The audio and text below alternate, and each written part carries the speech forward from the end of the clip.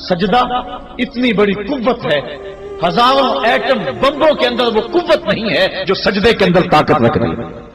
آج دنیا سے ہم ڈر رہے ہیں اس لیے کہ ہمارے سجدے چھن گئے ہیں، ہمارے سجدوں کی آبرو چھن گئی ہے، ہمارے سجدوں میں وہ حرارت اور گرمی نہیں رہی، وہ رقت اور وہ نرمی نہیں رہی۔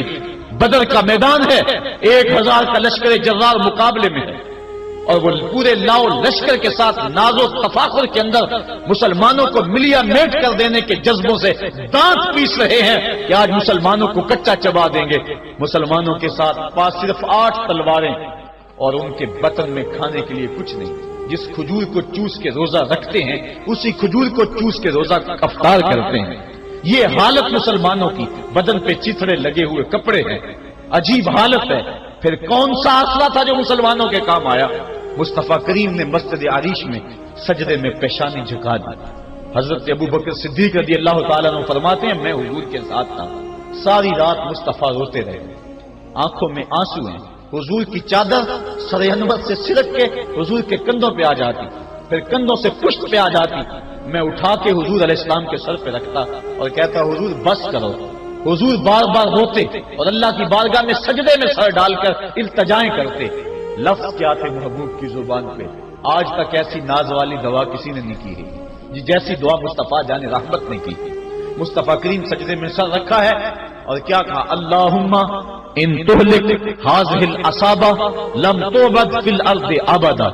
میرے مالک میں نہیں کہتا کہ ان لوگوں کو بچا لے، دیکھ میری زندگی کی کمائی یہی 313 ہے جو میں تیری چوکھٹ پہ لے کے حاضر ہو گیا ہوں۔ میری زندگی کا کل اثاثہ، میری زندگی کا کل سرمایہ کوہ ابو قبیس پہ کیے گئے درسوں کا نتیجہ، عکاظ کی منڈی کے اندر دیے گئے درسوں کا نتیجہ، اور ذی المجال کے میلے میں تیرے دین کی تبلیغ کا نتیجہ، طائف کے بازاروں میں پتھر کھا کھا کے جو تبلیغ کی اس کا نتیجہ، رستے میں گڑے، رستے میں بچتے ہوئے کانٹے، اور مکے کے بازاروں میں میرے بدن کے اوپر پڑتی ہوئی اوجریاں، میں نے پھر بھی تیرا کلمہ بلند کیا۔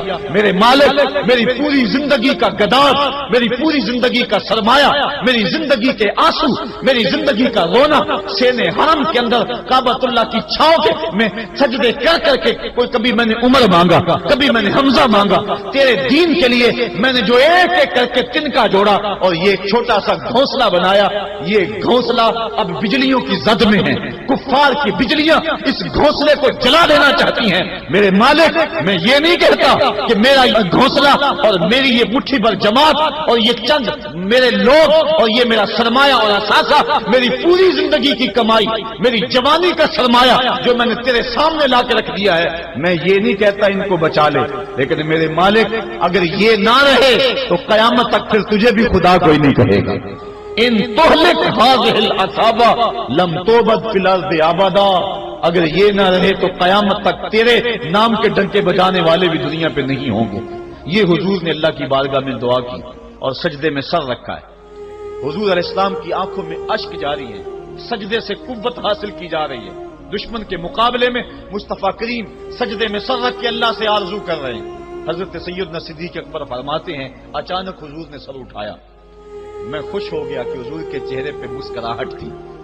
حضور مسکراتے ہوئے فرمایا ابشر یا ابا بکر ھذا جبریل آخذ بعنان فرسہ، ابو بکر بشارت ہو وہ جبریل اللہ کی مدد لے کر آ گئے۔ تو یہ سجدے تھے جن سجدوں نے ظالم اور جابر قوتوں کا منہ توڑ کے رکھ دیا۔ حضرت علی المرتضیٰ روایت کرتے ہیں رضی اللہ تعالیٰ عنہ، فرماتے ہیں میں نے ہاتھ میں تلوار تھامی اور میدان میں کود پڑا، میں نے کئی کافروں کو واصل جہنم کیا، پھر پلٹ کے دیکھا کہ میں حضور کی زیارت کر لوں، لیکن مجھے حضور نظر نہ آئے۔ میں نے ڈھونڈا تو ایک سمت حضور نے پیشانی سجدے میں رکھی ہوئی تھی اور زبان پہ لفظ تھے یا حیو یا قیوم، یا حیو یا قیوم۔ حضور یہ پڑھتے جا رہے تھے، یا حیو یا قیوم کا وظیفہ پڑھتے جا رہے تھے اور سجدے میں پیشانی تھی حضور کی۔ میں پھر دوبارہ آیا اس سجدے سے جوش لے کر، اس سجدے سے گرمی اور حرارت لے کر، اور پھر دشمن کی صفوں میں کود گیا۔